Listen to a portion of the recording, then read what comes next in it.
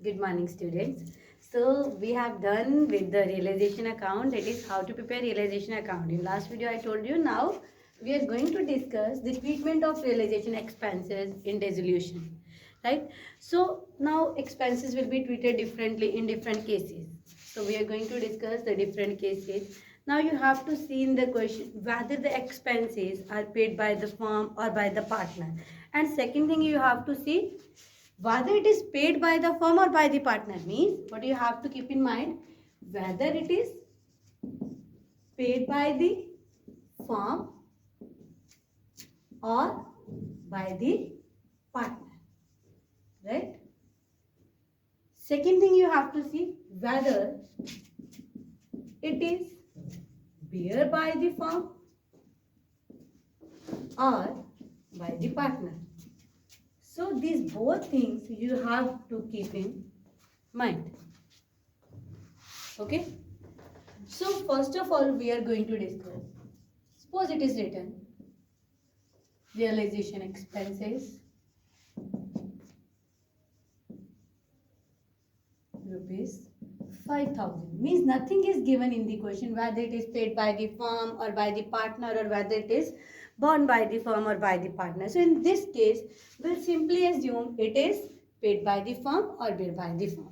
Means firm ही bear कर रही है और firm ही pay कर रही है. Okay? So we'll pass the journal entry, that is realization account debit to bank. क्योंकि हमने expenses की payment किस side करनी है? Debit side. We are going to write realization account debit to bank में हमारे पास 5,000. Okay. Now in next case, suppose it is written, they may have written realization or dissolution expenses. Okay. Now second it is written realization expenses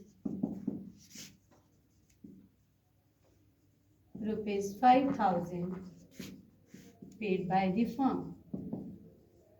Means now they have specified it is paid by the firm, but it is not given it is bear by the firm or not. So again we are going to assume if it is paid by the firm, it means it is borne by the firm only, because they have not given any information regarding any partner who is going to bear the realization expenses, right? So we are going to write the same journal entry. Sorry. Realization account debit to bank 5,000. Okay. Now in third case. Now suppose it is written realization expenses 5,000 paid by the firm but paid by the partner. अब उन्होंने entry में क्या लिख दिया, जो realisation expenses हैं वो born तो कौन कर रहा है, मीन्स एक्सपेंसेस किसके हैं, फर्म के, लेकिन अब इसको पे कौन कर रहा है, पार्टनर. मीन्स फर्म ने वो एक्सपेंसेस पे नहीं किए. सपोज फर्म में ए बी सी पार्टनर है, राइट.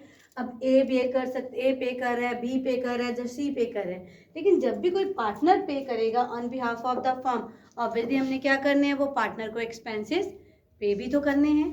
पे करने हैं तो हम क्या करेंगे, उसके पार्टनर्स के कैपिटल अकाउंट में क्या कर देंगे, credit. Means now firm is liable to pay to the partner, क्योंकि फर्म के एक्सपेंसेस किसने पे किए हैं, पार्टनर ने पे किए हैं. ओके. सो हम जनरल एंट्री क्या पास करेंगे, रियलाइजेशन अकाउंट डेबिट, क्योंकि है किसके, फर्म की. सो रियलाइजेशन क्या आएगा, डेबिट टू, पे कौन कर रहा है, पार्टनर. तो हम टू कैश की जगह क्या लिखेंगे, to partners capital account, A B C जो भी पार्टनर है हम उसके कैपिटल अकाउंट को क्रेडिट करेंगे, right. Means what you have to keep in mind, एक सिंपल सा लॉजिक. अगर तो फर्म पे करती है तो आपने टू बैंक लिखना ही लिखना है, टू बैंक और टू कैश. अगर क्वेश्चन में लिख दिया पेड बाय द फर्म, अगर लिखा है पेड बाय द पार्टनर तो नीचे क्या आएगा, टू पार्टनर्स कैपिटल. सिंपल. अब आपने देखना है डेबिट वाली चीज क्या आएगी, राइट. अगर तो डेबिट में आएगा जो बियर कर रहा है, अगर तो फर्म बियर कर रही है तो डेबिट क्या हो जाएगा, रियलाइजेशन. लेकिन अगर पार्टनर बियर कर रहा है तो डेबिट क्या हो जाएगा, पार्टनर्स कैपिटल. ठीक है, कि जो भी बियर करेगा वो डेबिट आएगा, जो भी पे करेगा वो क्रेडिट. फर्म पे करेगी तो टू बैंक, पार्टनर पे करेगा तो टू पार्टनर. जैसे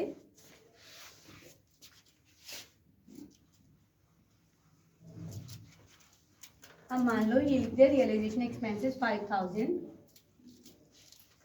तो हमने पहले किया था bear by the firm but paid by the partner. हम कहते हैं 5000 bear by the partner but paid by the firm, right. क्या पार्टनर ने बियर करना है, मान लो पार्टनर ए या बी, कोई भी हम एग्जांपल लेते हैं, लेकिन पे कौन कर रही है, फर्म। तो हमने डेबिट क्या करना है, मैंने कहा जो भी बियर करेगा वो ऊपर लेगा। कौन बियर कर रहा है, पार्टनर। तो हमने क्या करना है, पार्टनर्स कैपिटल अकाउंट डेबिट, क्योंकि इट मीन्स अब फर्म ने पार्टनर के भी हाफ पे किया तो फर्म पार्टनर से लेगी, पार्टनर से लेगी तो पार्टनर का अकाउंट क्या होएगा, डेबिट। टू पे कौन कर रहा है, फर्म। फर्म अगर पे करे उसके लिए हम क्या लिखते हैं, बैंक या कैश। तो हम यहाँ पे क्या लिखेंगे, टू बैंक और to cash, depend upon which account is given in the question, right. अब अगर मान लो केस आ गया realization expenses ₹5000 paid by the firm and but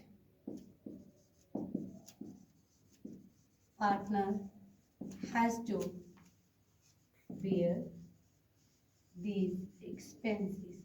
sir यहाँ पे आप कर लो पेड बाय द पार्टनर। अब पार्टनर ही पे कर रहा है एंड पार्टनर को ही बेयर करनी है। अगर तो सेम पार्टनर, सपोज जो पे कर रहा है पार्टनर ए है एंड जिसने बेयर करने हैं पार्टनर ए है, तो पार्टनर ही बेयर कर रहा है, पार्टनर ही पे कर रहा है, मीन्स जो बेयर कर रहा है तब भी पार्टनर है, पे कर रहा है तब भी पार्टनर है। Then this case no entry, क्योंकि अगर डेबिट भी उसी को करना है, क्रेडिट भी उसी को करना है, means A's capital to A's capital थोड़ा ना करेंगे, उसी का अकाउंट डेबिट उसी का क्रेडिट।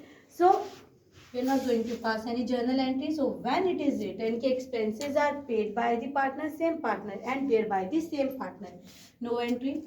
अगर लिखा है realization expenses 5000 paid by B but borne by A, means खर्चा किसका था, A का, पे किसने किया, B ने। अब ऊपर किसको लिखना है, जिसका खर्चा था, मतलब जो बेयर करेगा, नीचे लिखना है जिसने पे किया।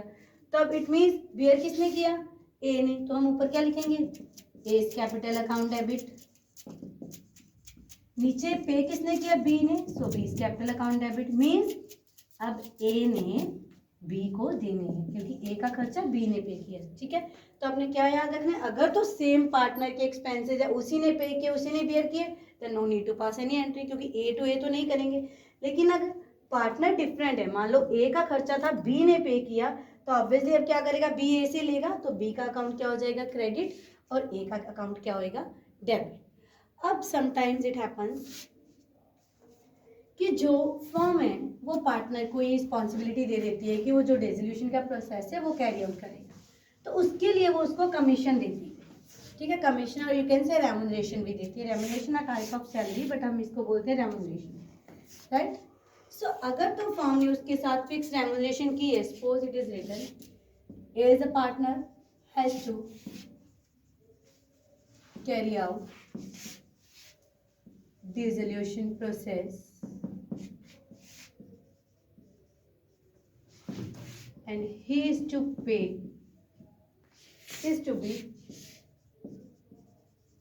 paid by the firm fixed remuneration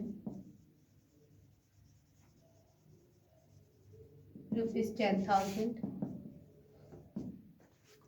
A has to bear all the expenses.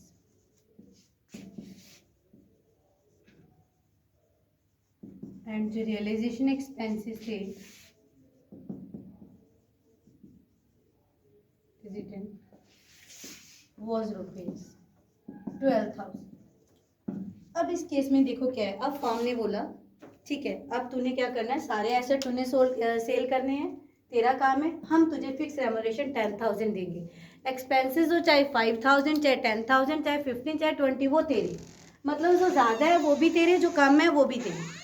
अब उसको कितनी मिल रही है 10,000। अब एक्सपेंसेस चाहे 12,000 हो, चाहे 2,000 हो, चाहे हो ही ना, लेकिन उसको हमने 10,000 ही देनी है। ठीक है, तो हम एंट्री क्या डालेंगे यहाँ पे?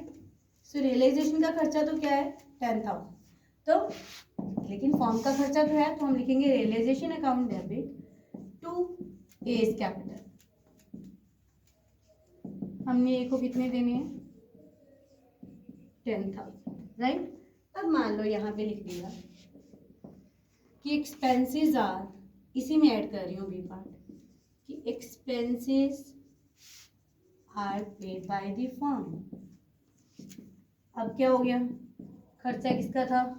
ए का, क्योंकि यहाँ पे लिखा था कि ए ने एक्सपेंसेस बियर करने, और 12,000 खर्चा हुआ, हमने उसको 10 देने हैं, लेकिन 12,000 एक्सपेंसेस भी फर्म ने पे किए। अब फर्म ने उसको 10,000 तो देना था, राइट। अब जो ये 12,000 खर्चा था वो उसने पे करना था। इट मीन्स अब फर्म ने उससे 2,000 लेना है, तो हम क्या लिखेंगे? रियलाइजेशन के एक्सपेंसेस कितने थे?